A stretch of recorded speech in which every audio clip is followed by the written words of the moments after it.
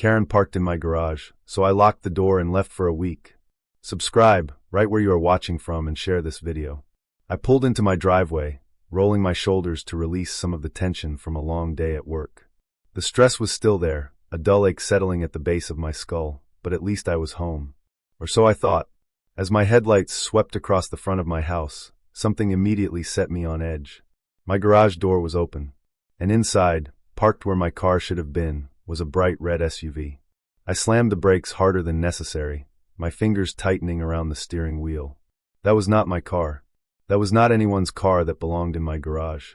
My pulse ticked up, my breath coming out in slow, controlled exhales as I tried to wrap my head around what I was seeing. Who in the world had the nerve to park in my garage? I shut off the engine and stepped out, the cool evening air doing nothing to calm the slow burn of irritation creeping through my veins. As I walked closer, recognition hit me like a slap to the face. I knew this car. I'd seen it plenty of times before, parked just a few houses down. Karen. Of course, it was Karen. I let out a humorless laugh, shaking my head. My neighbor had a well-earned reputation for pushing boundaries. She acted like the entire neighborhood was hers to do with as she pleased. She let her dog run through other people's yards. She borrowed things without asking and only returned them when it suited her. And now, apparently, she'd decided that my garage was free real estate. I took a deep breath, exhaling through my nose as I pulled out my phone. Opening my security camera app, I scrolled back through the footage, my irritation shifting into full-fledged anger as I watched the scene unfold. There she was, bold as ever, pulling up to my house in broad daylight. She had stepped out of the SUV, adjusted her sunglasses like she didn't have a care in the world, and walked away as if she had every right to leave her car in my garage. No text. No call. Not even a note. The audacity was unbelievable. I turned off the video, my jaw clenched so tight it ached. I had put up with a lot from Karen over the years, but this was a whole new level of entitlement. My first instinct was to call a tow truck and have the car removed, but something held me back. That was too easy. Karen would just throw a tantrum, find a way to make herself the victim, and do something just as inconsiderate a few weeks from now. No, I needed to make sure she never pulled something like this again. I stood there for a moment, staring at the car, running through my options. I could block her in. That would at least force her to come to me, to acknowledge what she'd done. Or maybe I could let some air out of the tires, just enough to inconvenience her, nothing serious. Something to make her think twice before pulling a stunt like this again. The longer I stood there, the more the ideas piled up, but one thing was certain. Karen wasn't getting away with this. Not this time. I wasn't just going to let it slide. I took a step back, staring at the car, a slow smirk forming on my lips. Time to teach Karen a lesson. Subscribe if you want more Karen and HOA stories. I stood there, staring at the bright red SUV taking up space in my garage, my fingers twitching at my sides. The longer I looked at it, the more my frustration boiled over. Karen had some nerve. No text. No note. No regard for the fact that this was my home, my space. My first instinct was to bang on her door and demand an explanation, but that was exactly what she wanted, a reaction. Karen thrived on conflict, on making herself the victim when she was called out. No, I wasn't going to give her that satisfaction. A slow smile crept onto my lips as an idea took hold. I wasn't going to tow her car. I wasn't going to deflate her tires. I was going to do something that would drive her absolutely insane. I was going to lock the garage. And then I was going to leave. A whole week away from home. A vacation. I had been meaning to take time off anyway, and now I had the perfect excuse. By the time I returned, Karen would have been forced to deal with the consequences of her actions. With a satisfied nod, I pulled out my garage key, stepped inside, and lowered the door. The heavy clank of the metal shutting sent a rush of smug satisfaction through me. Then, I twisted the lock, securing it tight. "Let's see how you like being stuck for a change, Karen," I muttered under my breath. Packing was easy. I threw clothes into a duffel bag, grabbed my chargers, and booked a last-minute cabin rental a few hours away. It was impulsive, but the more I thought about it, the better the idea seemed. No stress. No neighbors. Just peace and quiet while Karen stewed in her own mess. As I zipped up my bag, my phone buzzed. A text from my friend, Mark. "Mark, yo, where you been? Thought we were hitting the bar tonight." I smirked, shaking my head as I typed back. "Me, change of plans. Going off the grid for a week." "Mark, the hell? Since when?" "Me, since 5 minutes ago." Needed a break. Mark. Damn, wish I had that kind of freedom. Have fun, man. I chuckled, shoving my phone into my pocket before giving my house a final once-over. I was just about to head out the door when a cold chill settled in my gut. Something felt off. Something was missing. I patted my pockets. Wallet? Check. Phone? Check. Keys? Check. Then it hit me. My passport. I stopped in my tracks. My heart rate kicked up as I tried to remember where I had last seen it. I had renewed it just last month, and I could have sworn I had put it. In my office, I muttered. Which was locked. In the garage. With Karen's damn car. I groaned, running a hand down my face. Of all the things to forget, why did it have to be something I might actually need? My gut reaction was to go back, unlock the garage, and grab it. But then what? What if Karen was lurking around? What if she saw me open the garage and demanded her car back? No. No way. I wasn't giving her that win. A week without my passport wasn't the end of the world. I had my ID, and I wasn't going international. I'd deal with it when I got back. With a final glance at my house, I shook my head and stepped outside. I loaded my bag into my car, climbed in, and pulled out of the driveway, watching the garage door in my rearview mirror as I drove away. Let's see how Karen handled this one. The cabin was perfect. Isolated, nestled in the woods, and far away from any entitled neighbors who thought they owned the world. The first night, I stretched out on the porch with a beer in hand, the cool breeze rolling over my skin. I could already feel the stress melting away. Then my phone rang. Karen. I stared at the screen, letting it ring until it went to voicemail. Not even 5 minutes later, another call came through. Then another. With a deep sigh, I hit ignore and turned off my phone. I could only imagine the tantrum she was throwing back home. For the next few days, I focused on unwinding, hiking trails, reading by the lake. No calls, no texts, no interruptions, except for the occasional thought of Karen losing her mind. By the 4th day, curiosity got the better of me. I turned my phone back on, bracing for the flood of messages. Sure enough, my inbox was full. Karen. Hey, I noticed my car is in your garage. Can you unlock it? Karen. James, I'm serious. I need my car. Karen. Why is your garage locked? Karen. You can't do this. I have places to be. I smirked, scrolling through the increasingly frantic texts. Karen. I'm calling the police. That one made me pause. Had she actually called them? I doubted it. Even if she did, what could they do? It was my garage, and she had parked there without permission. If anything, she'd be the one getting in trouble. Just to be sure, I shot a quick text to my other neighbor, Mrs. Thompson. Me. Hey, anything weird happen at my place? A few minutes later, she responded. Mrs. Thompson. Not really, just that Karen has been pacing around your house all week. She even knocked on my door asking if I had a spare key to your garage. Can you believe that? I snorted. Classic Karen. I debated responding to her messages, but decided against it. Let her sit with the consequences of her actions. I stretched out on the cabin's couch, taking another sip of my beer. One more day, and then I'd head home. Let's see if Karen learned her lesson by then. Wanting to see what would happen next?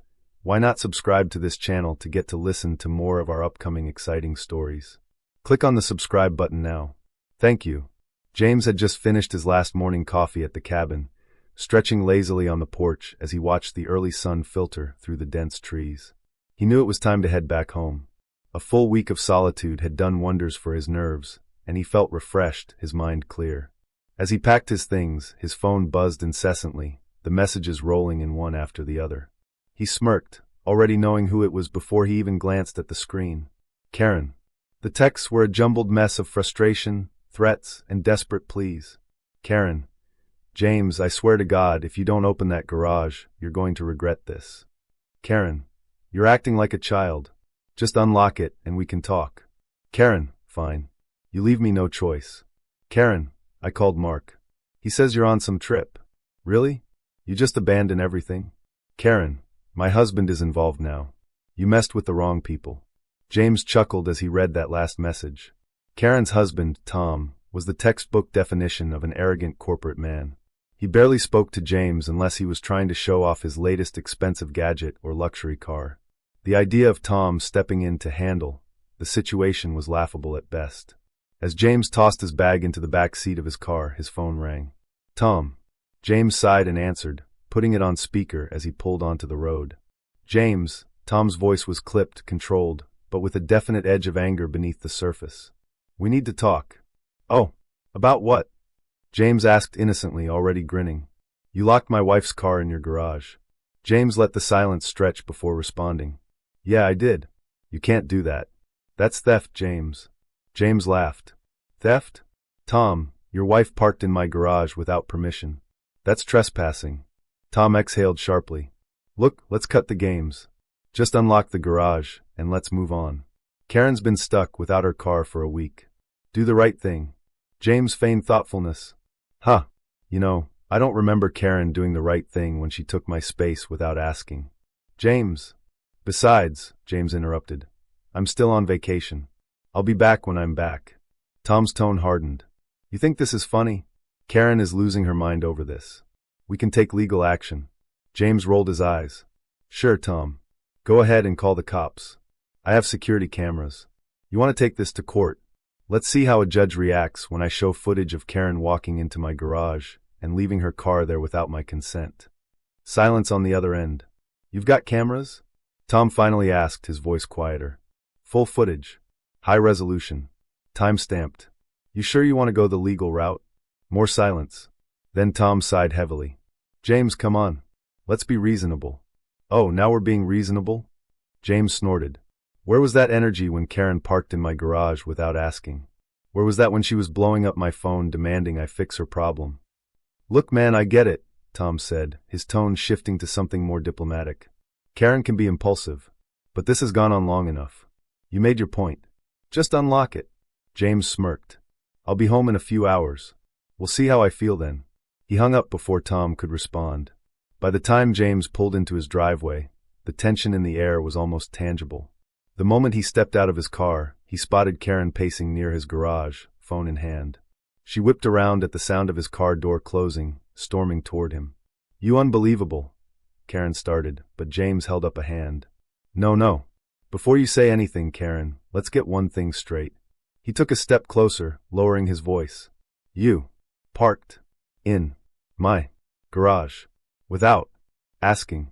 Karen's face flushed red, but James continued before she could speak. Then, instead of fixing your mistake, you harassed me with calls and texts, tried to guilt-trip me, and now you're acting like I'm the bad guy. Karen's mouth opened and closed as she scrambled for a response.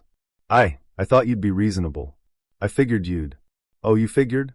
James laughed. You figured you could do whatever you wanted, and I'd just go along with it. Not this time, Karen. Karen took a deep breath, clearly struggling to rein in her temper. Look, James, can we just... No, he stepped past her and unlocked the garage, the heavy door rattling as it lifted. Karen's red SUV sat there, untouched. There. Now get your car out of my garage. Karen hesitated, then hurried forward, yanking the driver's side door open and sliding in. The engine roared to life, and she backed out so fast that the tires squealed against the pavement. Once she was out, she slammed the door and whirled to face James again. This was petty, James, she snapped. You could have just asked for permission, James shot back, folding his arms. But you didn't. And now, maybe next time, you'll think twice before helping yourself to my space. Karen's jaw tightened, but before she could respond, Tom appeared, jogging toward them. Everything settled? He asked, glancing between them. Yep, James said. Karen got her car back. No legal action necessary. Tom exhaled. Good. Then he turned to his wife. Karen, let's go. Karen huffed, her glare burning into James for a few more seconds before she stomped toward the SUV, slamming the door shut as she got in. Tom sighed and looked at James. This was a mess. James shrugged. Could have been avoided. Tom gave him a tired nod before heading to the car. Moments later, the SUV roared down the street, disappearing from view. James exhaled, a satisfied smile creeping onto his face as he walked up his driveway. Maybe next time, Karen would think twice. Or maybe not. Either way, James had won this round. Wanting to see what would happen next? Why not subscribe to this channel to get to listen to more of our upcoming exciting stories? Click on the subscribe button now. Thank you. James was still at the cabin when his phone vibrated incessantly against the wooden coffee table. He had turned it back on for the first time in days, expecting another flood of Karen's desperate texts. What he didn't expect was the sheer number of missed calls from unknown numbers, and even a couple from the neighborhood association. Frowning, he swiped open his messages. The first few were, predictably, from Karen. Karen, James, I swear to God, open the garage. This is getting ridiculous. Karen, my husband is furious. You need to fix this now. Karen, are you even home? People are talking. You need to answer me. James rolled his eyes. He was tempted to leave it at that, let her stew for another day, but then he noticed the newer messages from his neighbor, Mrs. Thompson. Mrs. Thompson, James, I don't know if you're seeing these, but something happened last night. Mrs. Thompson, the Jacksons' house was broken into. Everyone is saying it happened when the power went out. Mrs. Thompson, Karen is saying you had something to do with it. James sat up straight. What? He read the last message again, trying to process what kind of ridiculous stunt Karen was pulling now. Then another message popped up. Mrs. Thompson, oh, and Karen's car battery is dead. James blinked, then burst out laughing. Of course. The power outage must have drained her battery somehow. Maybe she had left the lights on, or maybe her car was just as high maintenance as she was. Either way, she was well and truly stuck now. Before he could even think about how to respond, his phone buzzed again. This time, it was a call from a number he recognized, Karen's husband, Greg. James hesitated, then answered. Greg, what the hell is wrong with you? Greg's voice was tight with controlled fury. Wow, not even a hello, how are you? James quipped. I'm serious. Karen told me what's going on. You locked her car in your garage for a week? What kind of psycho move is that? James leaned back in his chair, rubbing his temple. You mean the car she parked there without asking? The one she could have had towed at any point. Greg scoffed. Look, I don't care what petty fight you two have going on. But now, on top of that, there's been a break-in down the street, and you're conveniently missing? People are asking questions. James' amusement faded. Oh, come on. You don't actually believe Karen's nonsense, do you? All I know is that the Jacksons' house got hit, and you just happened to be off the grid while everyone else was dealing with a power outage. It's not a good look. James exhaled sharply, standing up. You're kidding, right? I'm 200 miles away at a cabin. Do I need to send you my GPS location? Hell, I've got security cameras on my house. You want the footage? I haven't even been home. Greg hesitated, but his voice still carried irritation. Karen's convinced you planned this. You locked up her car, vanished, and now the whole neighborhood is talking. James pinched the bridge of his nose. You mean Karen is talking, and everyone else is just listening? Greg sighed. Look, I don't want drama. Just come back and sort this out. James let out a humorless chuckle. Oh, you'd like that, wouldn't you? Come back, let Karen scream at me, unlock the garage, and magically make everything better? Not happening. Greg's tone darkened. You know, if this gets worse, we could involve lawyers. James smirked. Go ahead. I'd love to see a lawyer explain how Karen trespassing on my property somehow makes me the bad guy. And as for the break-in, I've got nothing to do with that, and I can prove it. Greg was silent for a moment. Fine, but you're making enemies in this neighborhood. James grinned. That's nothing new. Greg hung up without another word. James sighed, shaking his head. He walked out onto the cabin's porch, taking in the crisp mountain air. What a mess. He'd planned a relaxing week, and instead, he had a dead car battery, a burglary, and half the neighborhood turning against him thanks to Karen's paranoia. He scrolled back to Mrs. Thompson's messages and quickly typed out a reply. Me. I didn't have anything to do with the break-in. I'm still out of town. My security cameras should prove that. Any way to confirm if Karen actually called the cops. A minute later, she responded. Mrs. Thompson, she did. They came by this morning, but I don't think they're taking her seriously. Just covering their bases. James exhaled in relief. At least someone had common sense. But then another text came through, and his stomach dropped. Mrs. Thompson. But James, someone cut your power too. If you're still listening to this story up to this point, why don't you subscribe to this channel to continue getting subsequent interesting daily stories like this? We would be most grateful if you can do that to help boost this video to reach everyone. Thank you. James had barely pulled into his driveway when he spotted Karen standing at the edge of his property, arms crossed, foot tapping impatiently against the pavement. Her face was flushed with fury, and Greg stood beside her, his expression a mix of frustration and self-righteousness. Several neighbors lingered nearby, pretending to tend to their lawns or walk their dogs, all clearly interested in the spectacle about to unfold. James sighed. He had barely stepped out of his car when Karen stormed toward him, finger jabbing in his direction. "You," she shrieked.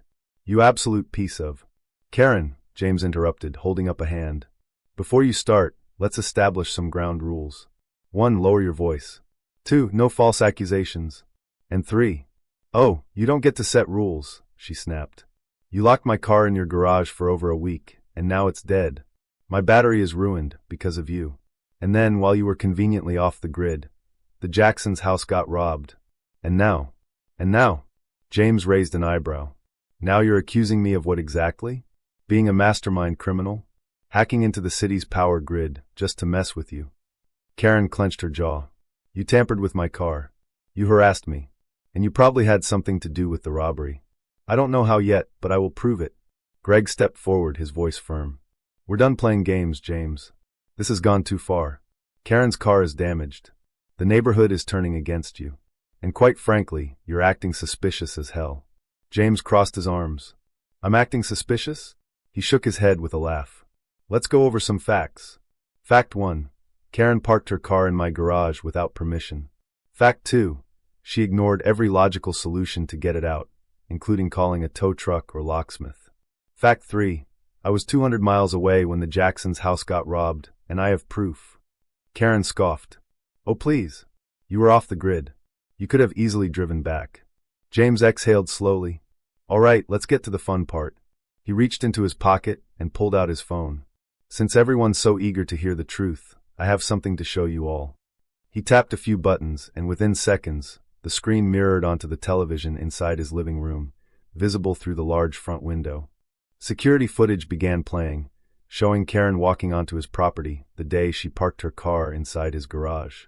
The footage continued, showing her sneaking around, testing his garage door, and eventually slipping inside while glancing over her shoulder. A few murmurs rippled through the small crowd of neighbors that had gathered. James turned to Karen with a smirk. "Tell me, Karen, does this look like harassment, or does it look like trespassing?" Karen's face paled. "This proves nothing." "So what?" "I parked in your garage. That doesn't change the fact that you locked it up like some psychopath."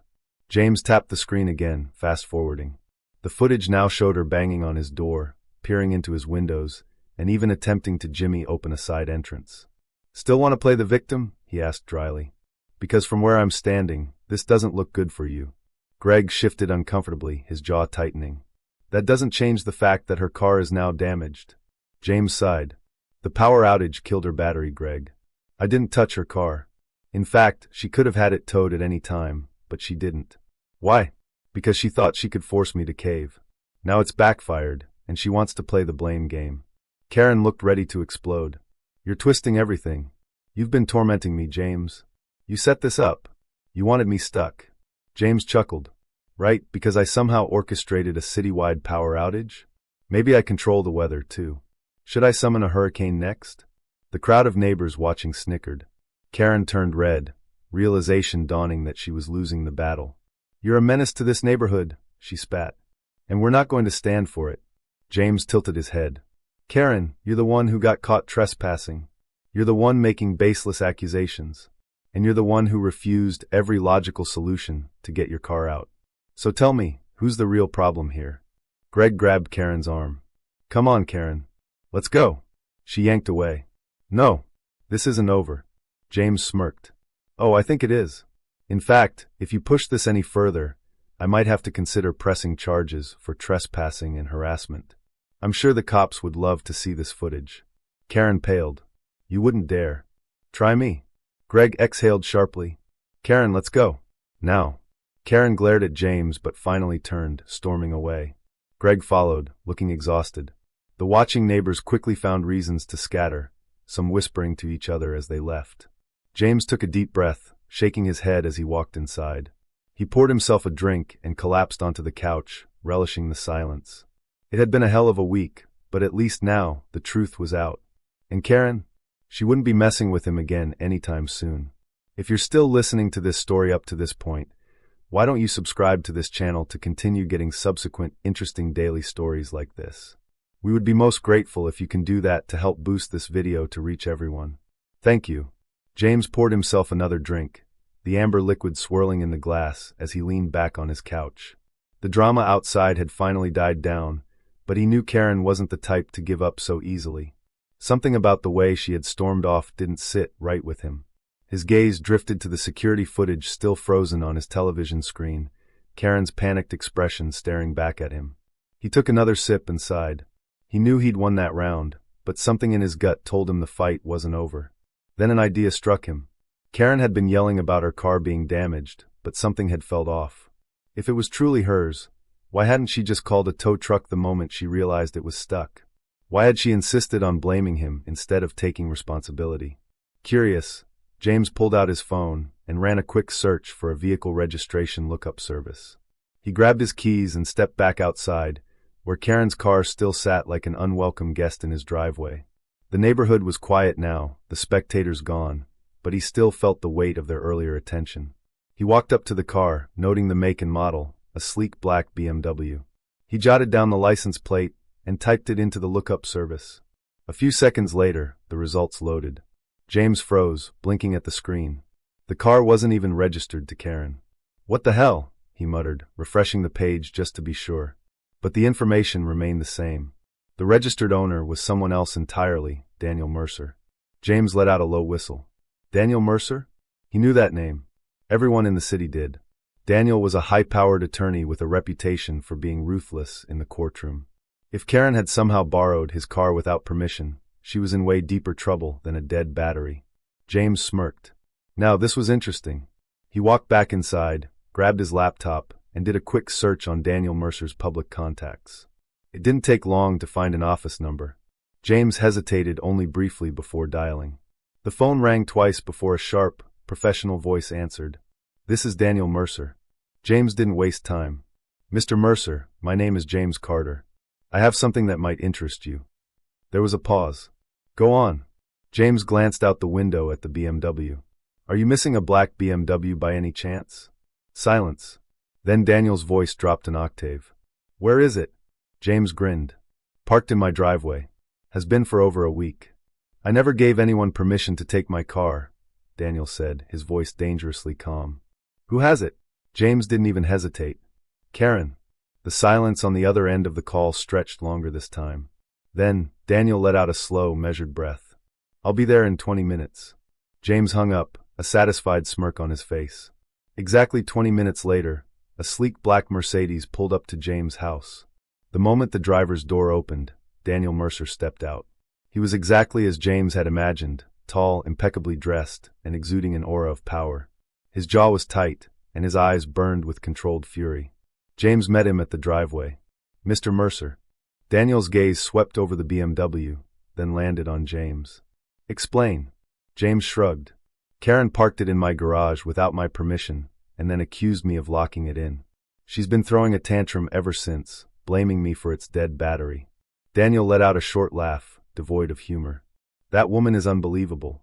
At that moment, as if summoned by sheer will, Karen and Greg appeared down the street. Karen was marching toward James' house, her expression twisted in fresh outrage. "Oh great," James muttered. "Showtime." Karen spotted James and then Daniel. Her steps slowed slightly, but her determination didn't waver. "James, I am not done with you." She stopped abruptly when Daniel turned to face her fully. Her face drained of color. Daniel?" Daniel folded his arms. "Karen." Karen swallowed. "What are you doing here?" Daniel gestured toward the BMW. "That's my car." Silence. Greg frowned, looking between them. "Wait, what?" Karen let out a nervous laugh. "Oh, come on, Daniel. It was just for a few days." "A few days?" Daniel's voice was ice. "You took my car without my permission. That's called unauthorized use of a vehicle. Do you know what the legal consequences for that are?" Karen stepped back. "I was going to bring it back." "Oh, and when exactly?" Daniel challenged. "Because it's been parked in this driveway for over a week. Dead battery and all." Greg's eyes widened. "Karen, you told me this was your car." Karen's mouth opened and closed, her panic growing. It was just a misunderstanding." "No," Daniel snapped. "A misunderstanding is borrowing sugar and forgetting to return it. This is theft." James watched, highly entertained, as Karen floundered. "Daniel, please," she pleaded. "We can talk about this." "We'll be talking," Daniel interrupted. "In court." Karen's breath hitched. No. You wouldn't do that." I would, Daniel said flatly. And I am. Karen whirled on James. This is your fault. James raised his hands. Oh no, don't drag me into this. I'm just the guy whose property you trespassed on. Greg let out a low whistle, stepping away from Karen like she was contagious. I can't believe this. Karen, you've been screaming at James all week when the car wasn't even yours. Karen glared at him. You're supposed to be on my side. Greg shook his head. Not for this. You lied to me, to the whole neighborhood. You made James out to be the bad guy when you were the one in the wrong. I'm done.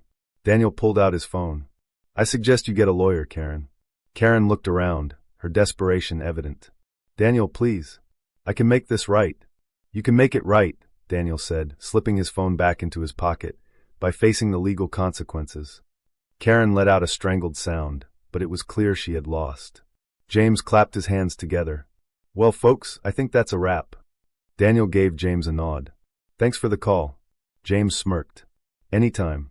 Karen, humiliated and cornered, had nothing left to say. As Daniel walked back to his car, already making arrangements for legal action, Karen stood frozen in place. Her reign of neighborhood terror had come crashing down, and for once, she had no one to blame but herself. James took one last look at the scene before heading back inside. Victory had never tasted so sweet. Thank you for watching this video. Please subscribe and like this video to continue listening to this type of story daily, and also, to appreciate this community too. I would like to know the country in which you are in, listening to this story. Which country is that? Please comment below.